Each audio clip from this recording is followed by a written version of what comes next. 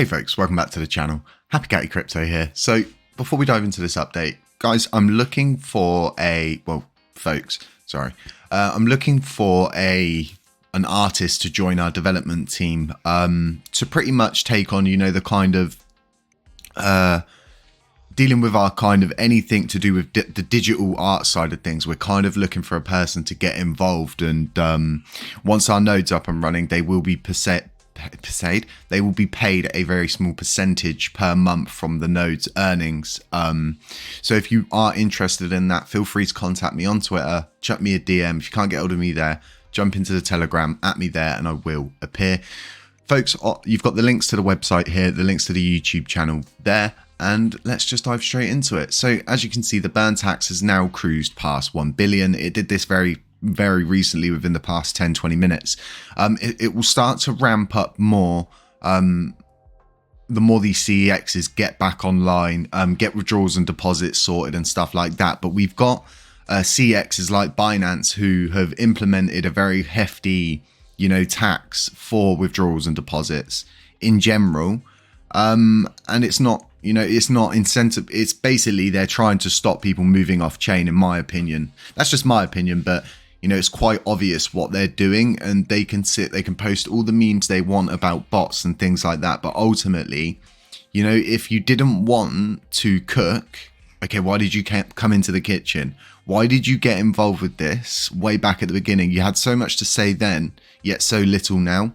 And a lot of people are saying, just give them a chance and stuff like that. But the issue being now is they've kicked the ball back into our court, and it's on the community now. It's not on Terror Rebels. Terror Rebels can't do anything to help this. It's down to the community, 150 million% down to us, the community, and the users on Binance to opt in. And if we don't get more than 25% within a month, they'll just scrap the whole tax. Okay, so we need to get 25% of users opted in within a month to get this thing maintainable. So they're kind of applying pressure to us as many ways as they can. And I believe now applying pressure back to them is the best thing to do, and just keep them as much as we can on the retreat, so to speak, because we kind of got him in the headlights yesterday. They responded because they know exactly how damaging what they said was, and the fact that people were going to either start leaving the exchange or just sell their coins in general, which totally sucks, but it's the cold honest truth. And I couldn't help myself. I really couldn't help myself, because they posted this up about bots, and I thought like, you can try and bury this as much as you want over the next couple of days, but you're not gonna get what there's so many people now that just have lost faith in Binance in general. And he said it best yesterday, the proof's in the pudding. Well, he proved to us yesterday that he's not part of this community. It's kind of like, what happens to us? What about us? And, we're just protecting users, but they didn't protect us when, the price was dumping way back. It run up by, 600 and something% because they moved 1 trillion coins, and then it dumped. You couldn't buy or sell anything, but they could. There's so many if, buts and coconuts, and Binance has a lot of questions to answer, in my opinion. And if I ever did get CZ, like I nearly did yesterday, as a speaker, my question is going to be about this hot wallet. Who owns the holdings in the hot wallet? And if they just outright go, we can't answer that, then something's up. It's strange that they brought me up as a speaker, and they must have realized, we better take him down. And I was taken down straight away. So very interesting to see this. There's a message going around in Terror Rebels that basically Binance are saying the LUNACLASSIC developers pretty much enforced this tax, and it's all back and forth. They're pointing fingers at each other as to who implemented the tax. But the ultimate thing is your actions speak so much louder than what you're saying. And what I'm seeing from your actions is you don't care. You're not part of this community. You just act to be something that you are not.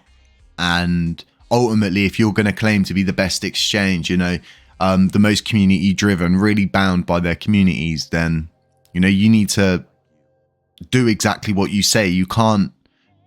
This is the most annoying thing, and a lot of people do it. They talk a good one, but their actions just lack anything. And like, there's a huge thing that bugs me at the moment, right? And it bugs me even more because it's, you know, it's TFL. There's never ever a day, okay, or you know, a project that joins or is on the blockchain of, you know, the mainnet that doesn't get shouted out by, you know, TFL. They're always showing off the new projects that are joining, new projects that are wanting to join, things that are going on, and we just lack this kind of, you know, oomph to actually do the things that TFL are doing. We just lack it in general. Like we just don't have this kind of like connection with all of our projects. We really do lack it, in my opinion. It's something that does need to be worked on, and direct lines of communication and information coming out of Terra Rebels would be great. Because it's all just, you know, Chinese whispered, and it's really hard to figure out what's what, who's who, and yeah, so it's really peculiar at the moment. But the good thing is the burn tax is working, in my opinion, and the price is still in that range. You know, we came down because of that bit of news, but we've come back up and we're still in that range, you know. You can see it. We're just in that range, and we've been there since, you know, the 14th. So it's over a week now, I think. Yeah, so it's like 8 days. So you know, a lot of people are saying, you know, price and stuff, but ultimately we're in a huge bear market. Kronos was running last night.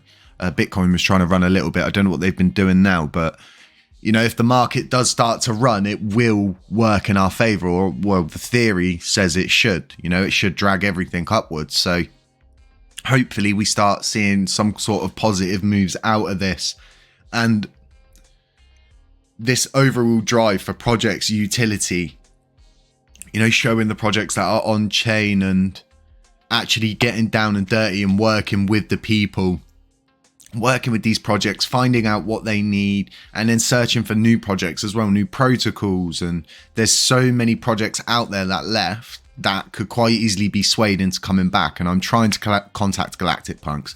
I'm trying to get in contact with OpenSea to try and get LUNACLASSIC listed on OpenSea, and people sit there and go, well, you know, that's not that big, but it's huge.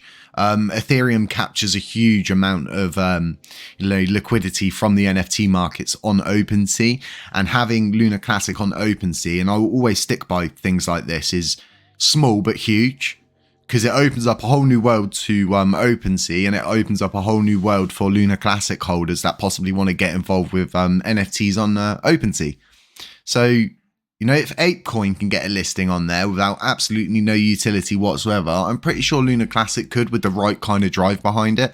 So I'll leave it on that, folks. Remember what I said, okay? I'm never going to DM you. Beware of scammers, doppelgangers, anybody pretending to be me. I'm not a financial advisor. None of this is financial advice. Catch you in the next one. Sure.